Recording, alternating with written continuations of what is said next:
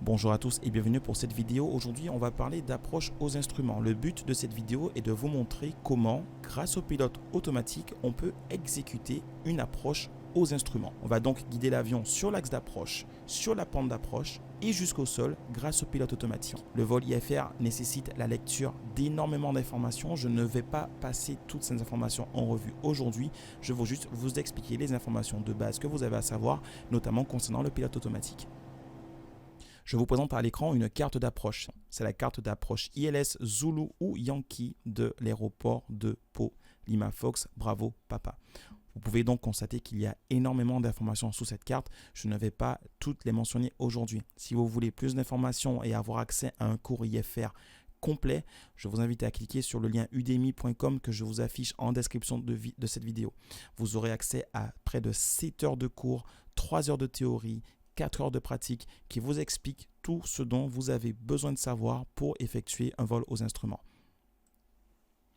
Nous allons donc arriver par le nord-est des installations en guidage radar. Lorsque vous êtes en guidage radar, c'est le contrôleur aérien qui vous donne des caps et des altitudes pour venir vous positionner sur l'axe de l'approche finale, sur l'axe de votre ILS.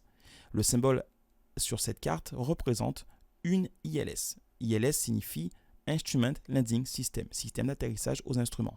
Il s'agit de 2 balises au sol qui vous permettent d'avoir un guidage latéral et vertical pendant l'approche. La balise qui vous donne le guidage latéral s'appelle le localiseur ou le lock. La balise qui vous donne le guidage vertical s'appelle le glide. Vous aurez donc sur votre instrument vos indications de position par rapport à votre bonne pente d'approche et par rapport à l'axe de la piste. Nous allons effectuer cette approche au pilote automatique. C'est lui qui va gérer tout seul la position de l'avion par rapport au glide et au localiseur. Nous allons donc arriver à 3000 pieds pour venir intercepter notre localiseur. Ce symbole à l'écran s'appelle le Final Approach Point. C'est sur une approche de précision. C'est le point auquel, sur une approche aux instruments, vous débuterez votre descente finale vers la piste. Celui-ci est identifié à étant à 7,5 nautiques de Papa Yankee Romeo. Papa Yankee Romeo est l'identificatif de l'ILS, la fréquence 110 décimales unités et la course 305. Lorsque nous débuterons notre descente, nous aurons des checks altitude à effectuer. Nous effectuerons un premier check en passant la balise Papa uniforme qui est un NDB, puis un deuxième à 3,5 nautiques de Papa Yankee Romeo à 1720 pieds. La question est jusqu'à quelle altitude nous pouvons poursuivre notre descente? Puis-je aller jusqu'au sol? La réponse est non. Lorsque vous effectuez une approche ILS, vous avez ce qu'on appelle une altitude de décision. Celle-ci est calculée par les autorités. Cette altitude est bien évidemment en fonction de la catégorie de votre aéronef que vous déciderez ou non de remettre les gaz. Pour être autorisé à poursuivre en dessous de l'altitude de décision, vous devez être en visuel de votre piste ou de LED lumineuse à l'approche. Cette altitude est 816 pieds, ce qui correspond à 200 pieds au-dessus du sol. Nous sommes donc actuellement à 3000 pieds en route pour intercepter le localiseur. Je suis actuellement au cap 240. J'ai rentré la fréquence de l'ILS sur le NAV1, 110 décimales unités, ainsi que la course 305, qui est la course d'approche finale.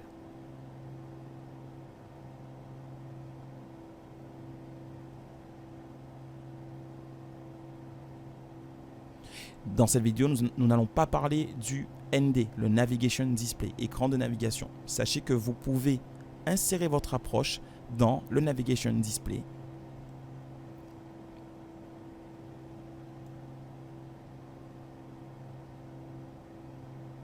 Le contrôleur vient maintenant de nous autoriser à l'approche. Je peux donc activer sur mon pilote automatique le mode approche.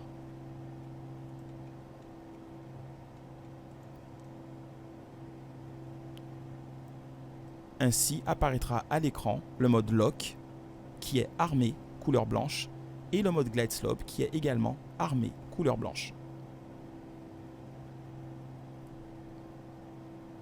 J'ai mis sur l'aiguille numéro 2 la position de mon NDB. Lorsque celle-ci se rapproche de la course 305, cela signifie que je me rapproche de l'axe de mon localiseur. Celui-ci devrait donc pas tarder à s'activer. C'est parti, mon lock est en rapprochement le pilote automatique vient d'activer le mode localiseur. L'avion va donc tourner pour intercepter le localiseur et le suivre jusqu'à l'altitude de décision.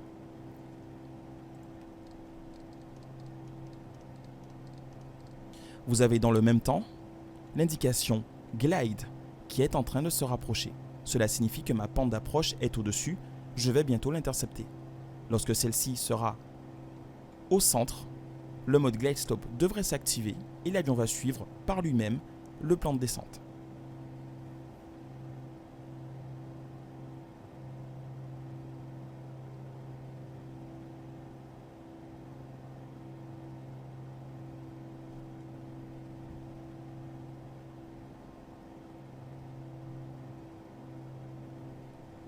Le mode glide slope vient de s'activer.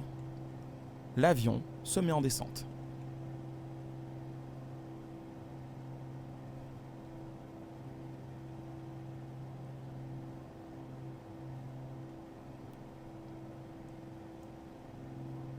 Pendant cette approche, pour être sûr que nous n'avons pas capté un faux signal, vous devez effectuer des check altitude. Le premier s'effectue au passage de la balise Papa Uniforme, le NDB. Nous devons être à 2420 pieds. Je passe la balise, altitude, 2420 pieds. Le deuxième check altitude s'effectuera à 3,5 nautiques de Papa Yankee Romeo. J'ai mon information DME sur mon écran. J'attends d'être à 3,5 nautiques. Pendant l'approche aux instruments, pensez à contrôler en permanence votre position par rapport au localiseur ainsi que votre position par rapport au glide. Je vous rappelle que je suis actuellement en pilote automatique. L'avion gère sa trajectoire tout seul.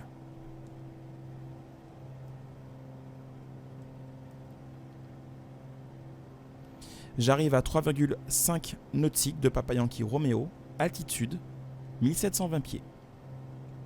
Je suis toujours sous la bonne pente d'approche. Le glide est confirmé. Je commence à apercevoir le sol, mais pas encore de visuel sur une aide lumineuse ou mes installations.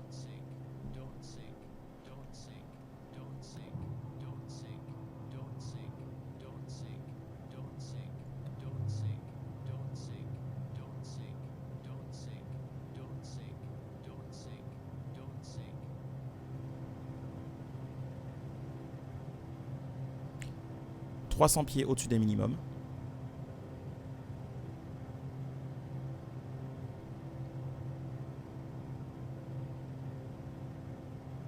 200 pieds au-dessus des minimums. J'aperçois la rampe d'approche lumineuse. Je peux donc décider de poursuivre mon approche. Je suis actuellement toujours au pilote automatique. Je le déconnecterai à environ 200 pieds sol, ce qui correspond à l'altitude de décision. Minimum, on poursuit l'approche. Pilote automatique déconnecté, je poursuis en manuel.